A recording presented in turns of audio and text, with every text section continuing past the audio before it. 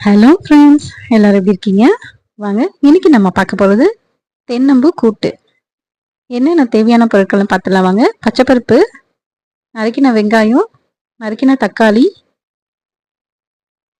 தென்னம்பூ நல்லா சாப் பண்ணி வச்சுக்கோங்க. ஒரு அடிக்கு கம்மியாக சைஸ் இருக்கிற பிஞ்சு தென்னம்பூ எடுத்துக்கோங்க. மறுநாளே சமைச்சிருங்க பறிச்சிட்டு.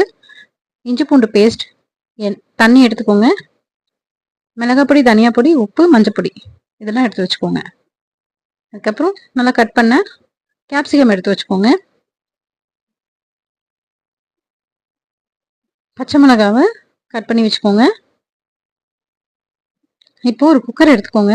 அதில் பச்சைப்பருப்பை நல்லா கழுவி வச்சுக்கோங்க.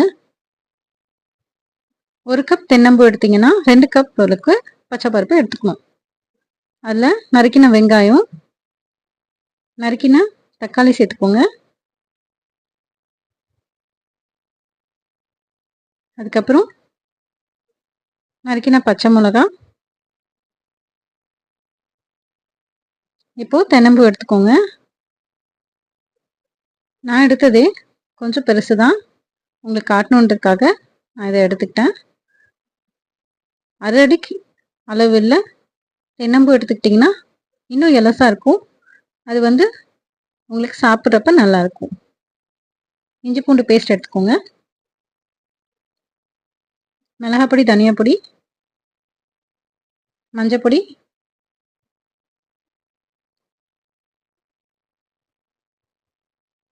இப்போ உப்பு சேர்த்துக்கோங்க. உப்பு உங்களுக்கு பத்தாதுன்னு தோணுச்சுன்னா நிறையவே சேர்த்துக்கோங்க. தண்ணி ஊற்றிக்கோங்க. நான் சொன்ன மாதிரி 1 கப் தென்னம்பூ எடுத்திங்கன்னா 2 கப் பச்சைப்பருப்பு, அப்படி இல்லைன்னா 1 கப் பச்சைப்பருப்பு 1 கப் கடலைப்பருப்பு சேர்த்துக்கோங்க. அப்போ தான் டேஸ்ட்டு நல்லாயிருக்கும். ஸோ இதை குக்கரை மூடி வச்சுட்டு 5 விசில் வச்சுக்கோங்க. நல்லா வேகட்டும். தேங்காய் பூ துருவி வச்சுக்கோங்க. எண்ணெய் எடுத்து வச்சுக்கோங்க தாளிப்புக்கு. இது டைஜஸ்டிவ் ப்ராசஸ் நல்லா இருக்கணும் அப்படின்றதுக்காக இது கொஞ்சம் லேட்டாக டைஜஸ்ட் ஆகும். கொஞ்சம் சாப்பிட்டாலே வயிறு ரொம்பிடும். அதனால ஹோல் ஸ்பைசஸ் எடுத்துக்கலாம். பட்டை, கிராம்பு, சோம்பு, பிரிட்ஜ் இலை எடுத்துக்கலாம். நல்லெண்ணெய் தான் சேர்த்துக்கோங்க, ரொம்ப நல்லது. நல்லெண்ணெய் சேர்த்து ஹோல் ஸ்பைசஸ்லாம் போட்டுக்கோங்க. ஃபஸ்ட்டு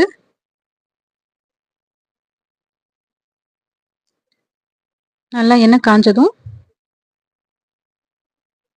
பட்டை, கிராம்பு, சோம்பு போட்டுக்கோங்க. பிரிஞ்சி இலை போட்டுக்கோங்க. கொஞ்சமாக வெங்காயம் சேர்த்துக்கோங்க. கொஞ்சம் கேப்சிகம் சேர்த்துக்கோங்க.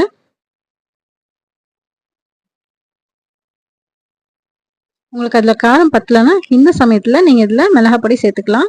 கருவேப்பிலை சேர்த்துக்கோங்க.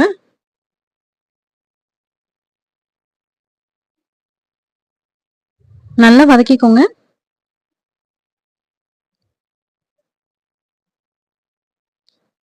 இதை வதக்கி எடுத்து குக்கரில் கொட்டிட்டு தேங்காய் பூ சேர்த்துட்டு, தண்ணி சப்போஸ் இல்லை அப்படின்னா நீங்கள் தண்ணி சேர்த்துக்கலாம். இந்த சமயத்தில் காரம் உப்பு எது பத்தலைனாலும் செக் பண்ணிவிட்டு சேர்த்துக்கோங்க.